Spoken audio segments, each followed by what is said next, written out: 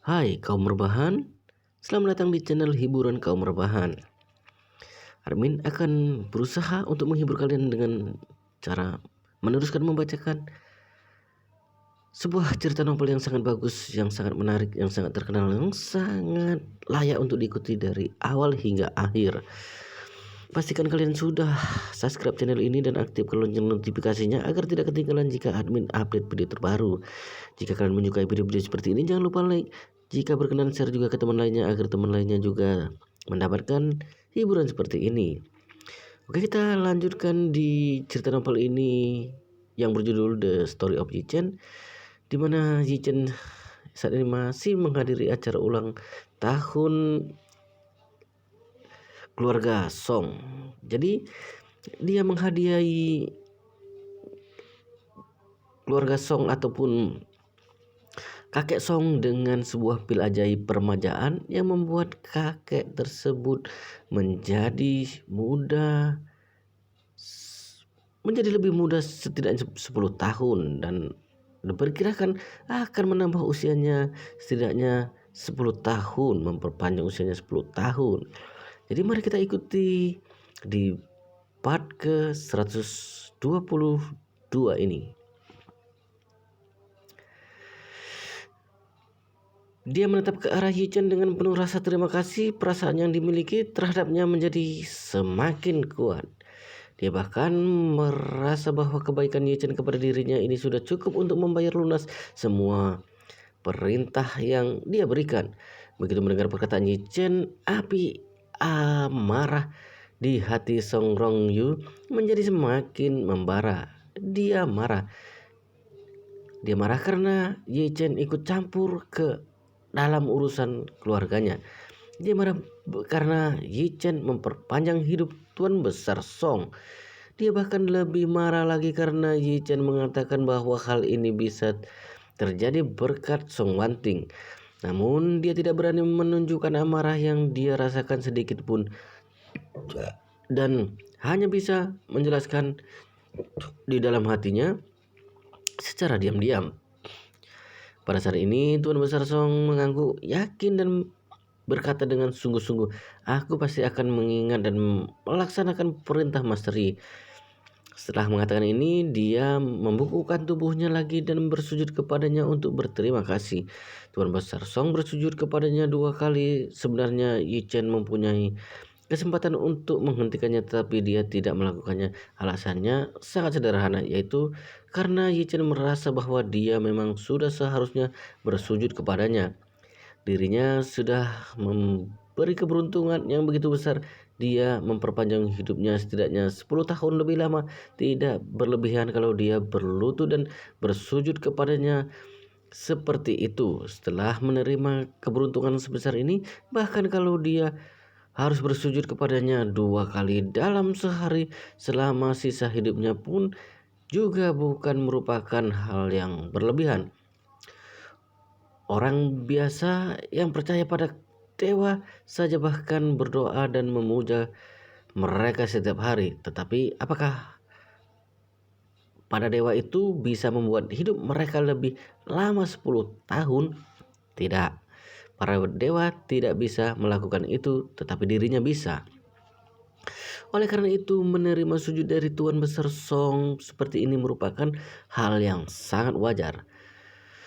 Para anggota keluarga Song yang menyaksikan hal ini langsung melangkah maju satu persatu, diawali oleh putra tertua Tuan Besar Song, Song Tianming, lalu selanjutnya putra ketiganya, dan yang terakhir putra keempatnya.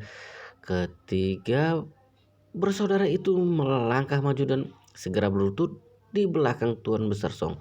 Song Tianming mengangkat kedua tangannya tinggi-tinggi sambil berkata dengan lantang, "Terima kasih kepada Master Yi karena telah memberikan kesempatan seperti ini kepada ayahku. Song Tianming dan keluarga Song sangat berterima kasih kepada Master Yi." Setelah mengatakan ini, dia membenturkan kepalanya ke tanah dan membiarkan dirinya berada di dalam posisi itu untuk waktu yang lama.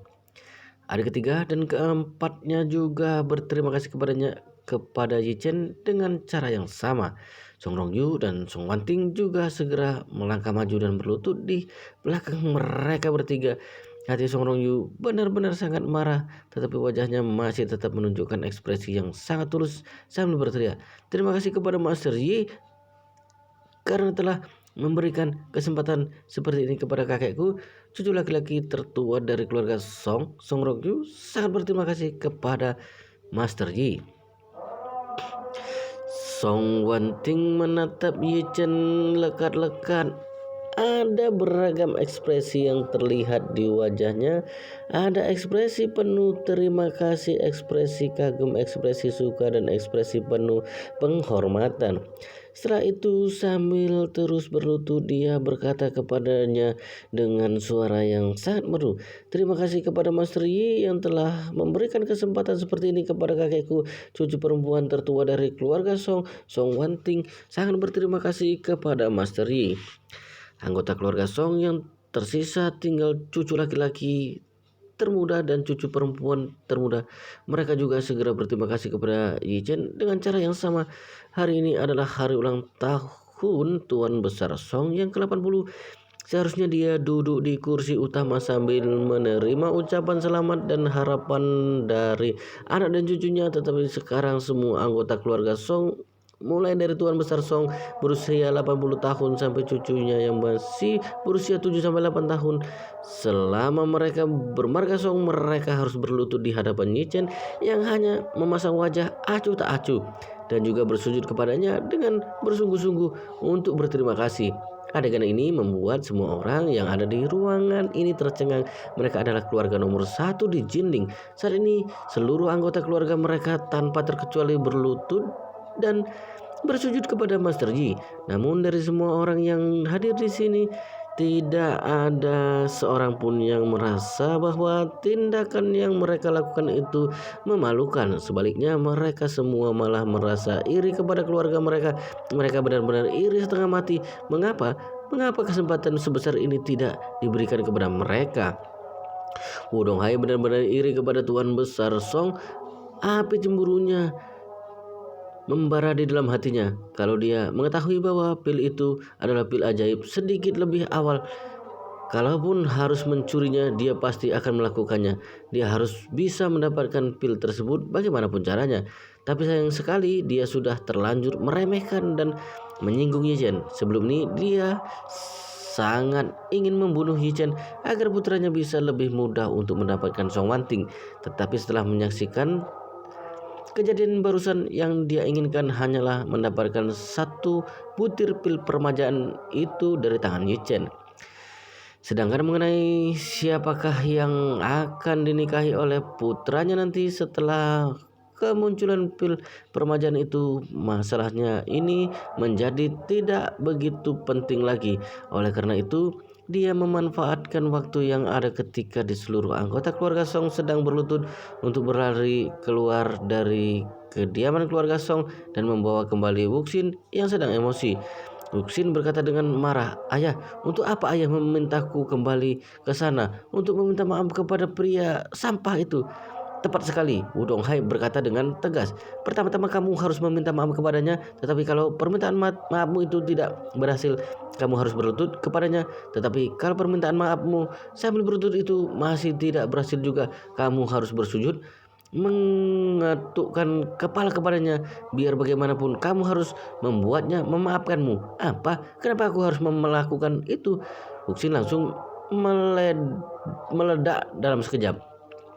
"Ayah memintaku untuk bersujud kepadanya. Lebih baik ayah bunuh aku saja daripada aku harus melakukan itu. Apa ayah tidak bisa melihat bahwa Song Wanting menyukainya kalau aku bersujud kepadanya dan mengakui bahwa aku memang bersalah, maka aku semakin tidak mempunyai kesempatan untuk mendapatkan Song Wanting." Wudong Hai berkata dengan dingin, "Sekarang ini hal yang terpenting bukanlah apakah kamu bisa menikah dengan Song Wanting atau tidak, melainkan apakah aku bisa mendapatkan pil permajaan Yi Chen atau tidak." Wuxin berseru, ayah masih muda. Untuk apa ayah menginginkan benda itu? Masih muda, Wudong Hai menyeringai dan berkata, apapun yang terjadi kita harus bisa mendapatkan sebutil pil permajaan dari tangan Yichen. Untuk sekarang tidak ada hal yang lebih penting daripada ini. Ayah, apa ayah lupa dengan rencana kita? Kita akan membunuh Hongwu malam ini dan membunuh Yichen besok. Jangan bilang kalau ayah sudah tidak mempedulikan hal ini lagi hanya karena pil permajaan sialan itu. Wudong Hai memelototinya dan berkata dengan dingin, mengapa kamu sama sekali tidak paham dengan yang namanya strategi? Kalau Yichen adalah sebuah gunung yang menjadi penghalang jalan kita, maka kita harus menghancurkan gunung itu sampai berbentuk datar. Namun cara ini kita menemukan sebuah harta karun di gunung itu. Setelah mengetahui hal ini, apa kamu masih tetap ingin menghancurkan gunung itu? Wuxin langsung bertanya tanpa sadar. Ayah, maksud ayah adalah? Ada sorot tajam yang melintas di pandangan Wudong Hai. Setelah itu dia berkata dengan dingin, pertama-tama kita harus menggali harta karun yang ada di gunung tersebut sampai habis, lalu setelah itu baru menghancurkannya. Ini adalah pilihan yang akan dibuat oleh orang cerdas. Begitu mendengar perkataannya, ekspresi wajah Wuxin langsung berubah. Dia berseru dengan sangat bersemangat, ayah, jadi maksud ayah kita harus mendapatkan pil permajaan itu terlebih dahulu, lalu kita baru membunuh Yichen setelahnya? Benar, Wudong Hai berkata dengan dingin. Bukankah tadi Yichen mengatakan bahwa dia mendapatkan pil permajaan itu secara tidak sengaja? Berhubung dia bersedia memberikan pil itu kepada Song Jimo, maka hal ini membuktikan bahwa dia pasti mempunyai pil itu lebih dari satu butir. Karena kalau tidak, dia tidak akan mungkin memberikan satu-satunya pil permajaan yang dia miliki, entah kepada siapapun itu. Setelah berbicara sampai di sini, Wudong Hai tersenyum sinis lalu berkata lagi dengan ekspresi wajah yang sangat tegas, aku rasa Yichen masih mempunyai beberapa butir pil permajaan lagi. Kalau kita bisa mendapatkan pil itu, kita bisa melindungi aset dan kekayaan keluarga Wu sampai kapanpun. Wuxin langsung bertanya, lalu setelah berhasil mendapatkan pil permajaan itu, apa ayah masih akan menjalankan rencana kita, yaitu menyingkirkan Hongwu dan juga Yichen? Tentu saja, Wudong Hai berkata dengan ekspresi suram. Tidak hanya mereka, aku akan menyingkirkan semua orang di Jinling yang berpihak pada Yichen. Aku akan menyingkirkan mereka satu persatu, termasuk Song Jimu, si pria tua sialan itu. Sial, pantas saja pria tua itu sama sekali tidak menghargai dan mempedulikannya. Ternyata dia sudah mengetahui bahwa Yichen mempunyai sesuatu yang begitu berharga. Wuxin bertanya dengan ragu-ragu, ayah, apa ayah juga ingin melakukan sesuatu terhadap keluarga Song? Wudong Hai mengangguk-angguk sambil melihat ke sekeliling. Setelah memastikan bahwa tidak ada siapa-siapa di sana, dia berkata dengan serius, pertama-tama kita harus mencari cara untuk mendapatkan pil permajaan itu. Setelah mendapatkannya, kita baru menyingkirkan Hongwu dan juga Yichen. Setelah itu aku akan membawakan sebuah jalan keluar yang dibutuhkan oleh keluarga Song dengan syarat mereka bersedia untuk menikahkan Song Wanting denganmu. Tapi kalau mereka masih tetap tidak mau menerima kebaikan yang kita tawarkan, maka jangan salahkan aku kalau aku tidak akan segan-segan lagi kepada mereka. Setelah mengatakan ini, Wudong Hai menambahkan lagi, tapi sebelum itu kamu harus menuruti semua perintahku dengan baik dan jangan sampai emosimu terpancing. Kamu harus bisa mengendalikannya. Wuxin langsung menanggapi perkataan ayahnya dengan sangat bersemangat. Baik ayah, aku akan menuruti semua perintah ayah. Wudong Hai mengangguk puas lalu berkata, ayo kita masuk, kita harus meminta pil itu kepada Yichen. Meminta pil itu? Wuxin langsung bertanya, bagaimana caranya? Berlutut. Wudong Hai berkata dengan santai, seluruh anggota keluarga Song berlutut kepadanya, jadi kita juga harus berlutut. Berlutut? Aku harus berlutut kepada Yichen. Wuxin langsung melompat dan berkata dengan marah, ayah menyuruhku untuk berlutut kepada Yichen. Ayah, lebih baik ayah bunuh aku saja. Wudong Hai mengerutkan keningnya dan memandang putranya lekat-lekat. Apa semua ini yang aku katakan tadi hanya kamu anggap sebagai angin lalu? Wuxin berkata dengan ekspresi tegas. Ayah menyuruhku untuk berlutut, bukan yang lainnya. Kapan aku pernah berlutut kepada orang lain selain ayah dan kakek? Bukankah ayah selalu mengatakan bahwa di lutut seorang pria terdapat emas? Wudong Hai menyeringai dan berkata, ketika Han Xing, pahlawan pendiri sekaligus ahli strategi perang pada masa dinasti Han Barat, dipermalukan dan dihina saat dia dipaksa berlutut pada saat itu. Kalau dia mempunyai pemikiran yang sama denganmu, maka dia tidak akan pernah mendapatkan sebutan sebagai dewa perang dari orang-orang. Setelah mengatakan ini, Wudong Hai bertanya balik kepadanya, kalau seorang pemimpin besar saja bisa mendapatkan diri dalam berbagai situasi, maka apalah artinya berlutut kepada pria itu? Setelah berlutut kepadanya, kita akan membunuhnya. Ini baru pahlawan sejati. Begitu mendengar perkataannya, Wuxin langsung menganggukkan kepalanya lalu berkata dengan pelan, baiklah, aku akan menuruti perintah ayah. Wudong Hai menepuk pundak putranya lalu tersenyum dan berkata, hanya dengan mendapat perlakuan itu saja sudah membuktikan bahwa kamu mengalami kemajuan yang cukup besar. Setelah mengatakan ini, dia tidak bisa lagi menyembunyikan kegembiraannya sambil mengatakan, ayo kita masuk ke dalam. Pada saat ini di ruang perjamuan, Yi Chen sudah membantu Tuan Besar Song untuk berdiri. Setelah Tuan Besar Song berdiri, semua anggota keluarga Song yang lain juga ikut berdiri. Semua orang yang hadir di sini sudah memberikan hadiah ulang tahun kepada Tuan Besar Song. Jadi Yi Chen berjalan kembali ke tempat duduknya lalu meminta Tuan Besar Song untuk melanjutkan acara ulang tahunnya ke sesi yang berikutnya. Setelah Yi Chen kembali ke tempat duduknya, sekelompok orang langsung berjalan menghampiri dan mengelilingi mereka, semua mengatakan berbagai kata-kata permohonan kepadanya dengan penuh semangat. Mereka semua meminta pil permajaan kepada Yi Chen. Bahkan beberapa dari mereka mulai mengajukan penawaran mulai dari 300 juta, 400 juta, bahkan sampai 500 juta yuan. Dengan wajah yang masih tetap tenang, Yi Chen berkata, semuanya aku mendapatkan pil permajaan itu secara tidak sengaja, tetapi aku sudah tidak memilikinya lagi sekarang. Ada seorang yang mengenali Yi Chen. Dia mengetahui bahwa Yi Chen adalah Master Yi yang memancing datangnya petir yang menewaskan Master Yu Jinghai di konferensi metafisika pada waktu itu. Jadi dia langsung berteriak, Master Yi, Anda adalah orang yang paling dihormati di Nanguang. Pil permajaan ini pasti Anda buat sendiri, bukan? Aku mohon kepada Anda untuk memberi sedikit kebaikan kepada kami. Tolong bantu kami, para orang tua, untuk memulihkan tubuh kami kembali. Kami bersedia untuk membayarnya dengan harga berapapun. Yi Chen berpikir di dalam hatinya, kalau orang-orang mengetahui bahwa dirinya bisa membuat pil permajaan ini lagi, maka sepertinya dia tidak akan pernah bisa hidup dengan tenang. Jadi dia menjawab dengan santai, bahkan meskipun aku adalah orang yang paling dihormati di Nanguang, ada beberapa hal yang tidak bisa aku lakukan meskipun sudah mengarahkan seluruh kemampuan yang kumiliki.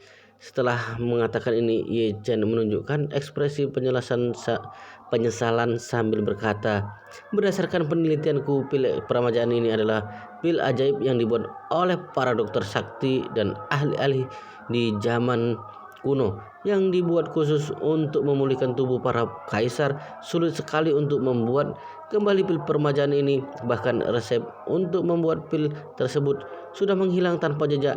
Cara untuk membuat pil permajaan tersebut juga sudah menghilang. Sudah tidak mungkin untuk bisa membuat pil tersebut lagi. Tetapi kalian semua tidak perlu khawatir. Kalau suatu saat nanti aku mempunyai kemampuan untuk membuat pil permajaan itu, aku pasti akan membagikan kepada kalian.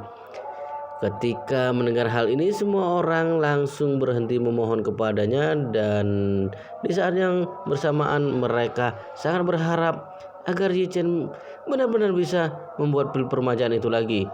Wuxin yang baru saja memasuki pintu langsung mendengar hal ini.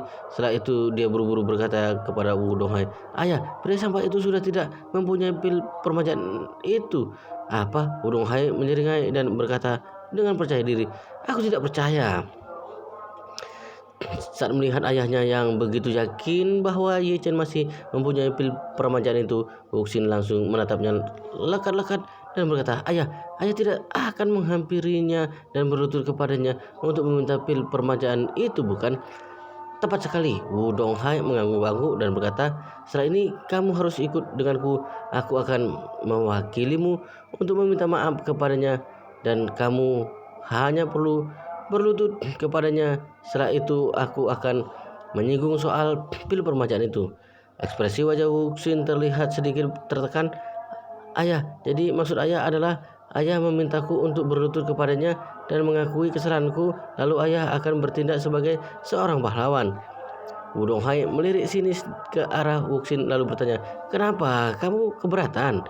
Begitu melihat lirikan matanya ayahnya, Wuxin menjadi ketakutan. Jadi dia langsung menjawab, "Tidak, aku tidak keberatan."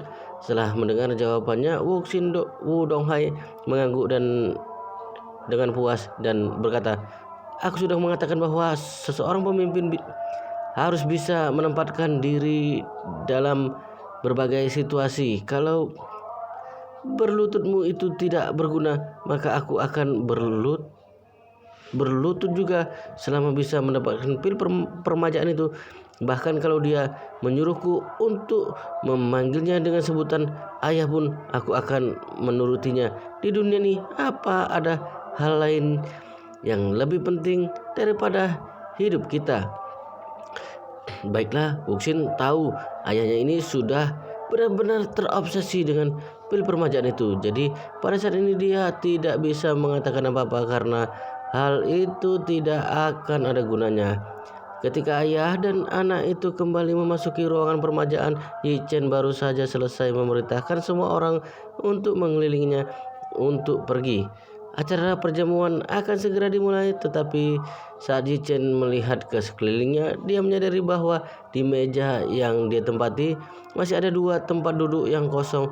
Tempat duduk itu adalah tempat duduk yang disiapkan untuk Si Tianqi dan cucunya Chen Xiaozhou. Yi Chen mulai bertanya-tanya. Berdasarkan pemahaman Yi Chen tentang Si Tianqi adalah orang yang memiliki kesadaran yang begitu tinggi akan waktu dan juga orang yang selalu tepati janjinya. Jadi tidak seharusnya dia terlambat seterlambat ini. Begitu memikirkan hal ini, Ye Chen langsung mengeluarkan handphonenya dan menghubungi Si Tianqi. Detik berikutnya, panggilan tersebut langsung tersambung.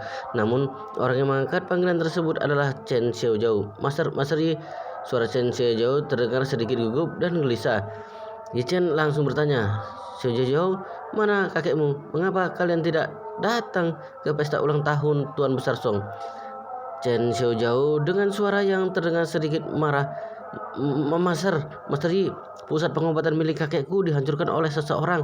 Saat ini kakekku sedang sibuk bersih-bersih di sana. Sepertinya kami tidak bisa menghadiri pesta ulang tahun Tuan Besar Song karena takut akan mempengaruhi suasana hati kalian semua. Jadi kakek memutuskan untuk tidak memberitahukan hal ini kepada Anda dan juga Tuan Besar Song." Sebuah pertanyaan muncul di benak Yi Chen. Si Tianqi adalah orang yang sangat dikenal dan mempunyai reputasi yang bagus. Mengapa bisa ada orang yang berani menghancurkan pusat pengobatan miliknya? Jadi dia langsung bertanya, "Siapa yang melakukan itu?" Chen Xiaozhou menjawab, "Ayah dan anak dari keluarga Wu di Suhang. Mereka meminta kakekku pergi ke Suhang untuk mengobati Wu Qi. Kakekku merasa bahwa tindakan yang dilakukan Wu Qi terlalu hina, jadi dia tidak bersedia untuk mengobatinya. Alhasil mereka langsung menghancurkan pusat pengobatan kakekku." Ekspresi wajah Ye Chen langsung berubah menjadi dingin. Ternyata pelakunya adalah ayah dan anak dari keluarga Wu. Api amarah melintas di dalam hatinya.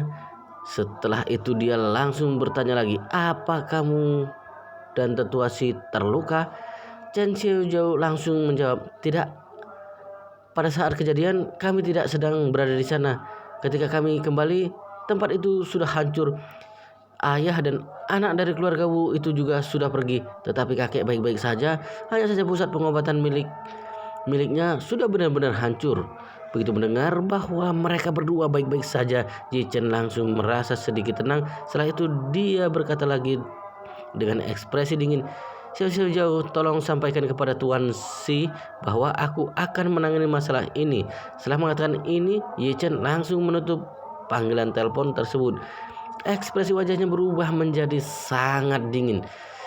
Seperti dugaan, ayah dan anak dari keluarga Wu itu memang sangat agresif. Ketika sedang berada di Jinling pun mereka tidak bisa membatasi diri mereka, bahkan berani menghancurkan pusat pengobatan milik si Tiangqi. Mengapa si Tiangqi ingin membuka pusat pengobatan masyarakat di Jinling? Bukankah karena dia ingin membalas kebaikannya sehingga dia memutuskan untuk menetap di sini? Alhasil ayah dan anak dari keluarga Wu itu benar-benar menghancurkan pusat pengobatan miliknya. Dia tidak bisa tinggal diam dan atas tindakan mereka ini.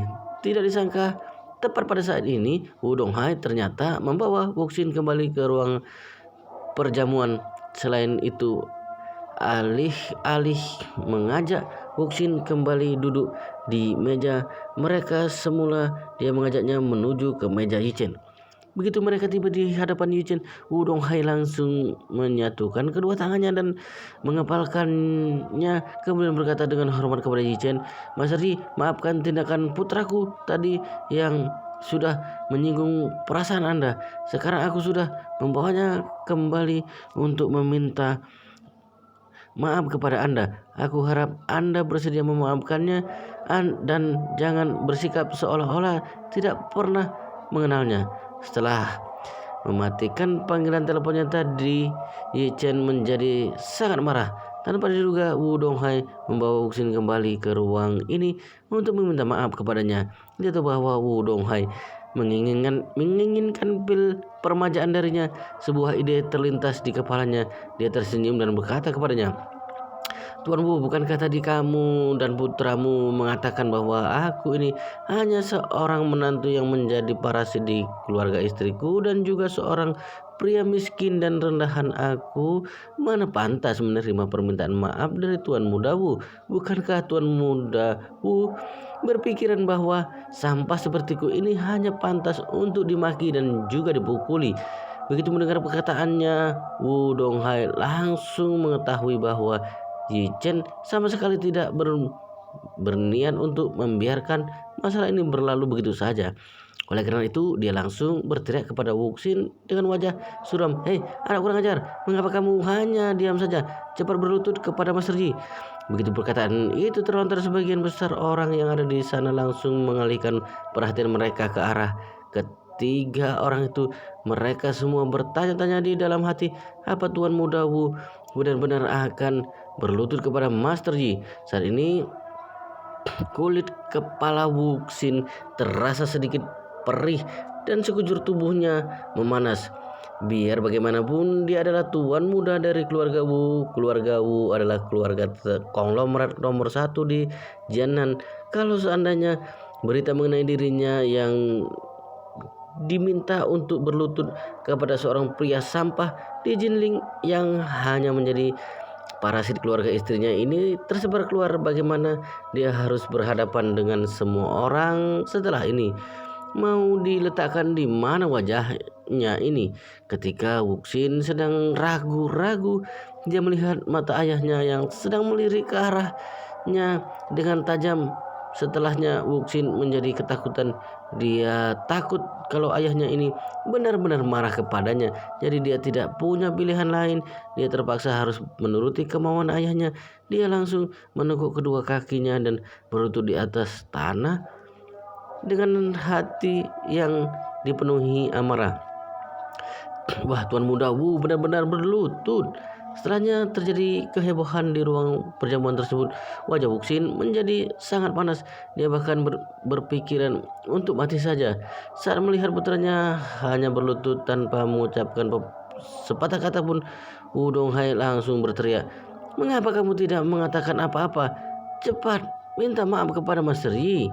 Wuxin hanya bisa berkata dengan sedikit tidak ikhlas. Master Yi, maafkan aku bersalah kepada Anda, tolong maafkan aku. Yi Chen berkata dengan santai, kalau kamu meminta maaf dengan tidak tulus, sebenarnya tidak akan lebih baik kalau kamu tidak melakukannya. Dengan begitu kita tidak perlu membuang-buang waktu untuk menyanyiakan perasaan semua orang yang hadir di sini. Begitu mendengar hal ini, Wu Donghai langsung mengerti bahwa menyuruh putranya untuk berlutut saja tidak cukup untuk membuat Yi Chen terkesan. Jadi dia langsung berkata dengan marah, cepat bersujud kepada Master Yi, minta maaflah dengan tulus kepadanya. Wuxin menggertakkan giginya dengan kuat. Setelah itu dia membungkukkan tubuhnya untuk bersujud kepada Yi Chen sambil berkata, Master Yi, tolong maafkan tindakan yang sangat tidak sopan. Aku benar-benar menyesal. Tolong maafkan aku. Yi Chen tersenyum penuh iri lalu berkata, berhubung kamu meminta maaf setulus ini, maka aku akan menganggap bahwa kejadian tadi tidak pernah terjadi. Wu Donghai akhirnya bisa menghela napas lega. Setelah itu dengan sangat tidak sabar dia langsung berseru, Master Yi, aku mempunyai satu permintaan. Aku tidak tahu apakah Master Yi bersedia untuk menjual satu butir pil permajaan kepadaku atau tidak. Tapi kalau Anda bersedia, aku rela membayar dengan harga 1 miliar yuan. Semua orang yang ada di ruangan tersebut langsung tercengang. Tadi ada seorang yang menawarnya dengan 500 juta yuan dan sekarang harga penawarnya sudah berubah menjadi 1 miliar yuan hanya dalam sekejap mata. Seperti dugaan, keluarga Wu memang benar-benar keluarga yang sangat kaya. Sepertinya di mata mereka 1 miliar yuan sama sekali bukan apa-apa. Saat ini Yi Chen tersenyum singkat lalu berkata, Presiden Wu, Anda berpikir terlalu jauh. Saat ini aku tidak mempunyai pil permajaan itu, tetapi meskipun aku memilikinya, aku tidak mungkin menjualnya dengan harga 1 miliar yuan. Bahkan jika aku hendak menjual pil itu dengan harga 1 miliar yuan pun, aku tidak akan pernah menjualnya kepadamu. Setelah mengatakan ini, Yi Chen mendengus dan berkata lagi, aku adalah tipe orang yang pendendam. Aku ingat dengan jelas bahwa tadi kamu terus memintaku untuk bertanggung jawab atas penyerangan terhadap Liu Guang. Kamu juga memintaku untuk membayar atas perbuatan itu, tapi sekarang kamu datang kepadaku untuk meminta pil itu. Apa kamu pikir aku ini seekor ikan mas yang hanya mempunyai ingatan selama 7 detik saja? Wow, luar biasa guys. Tapi sepertinya video ini sampai di sini dulu. Part ini sampai di sini dulu. Kita lanjutkan di part berikutnya, di video berikutnya. Jangan lupa subscribe dan aktifkan lonceng notifikasinya agar kalian tidak ketinggalan jika admin update video terbaru. Jika kalian menyukai video seperti ini, jangan lupa like. Jika kalian berkenan, share juga ke teman kalian agar teman kalian juga mendapatkan informasi hiburan seperti ini. Oke, kita lanjutkan di episode berikutnya dan part selanjutnya.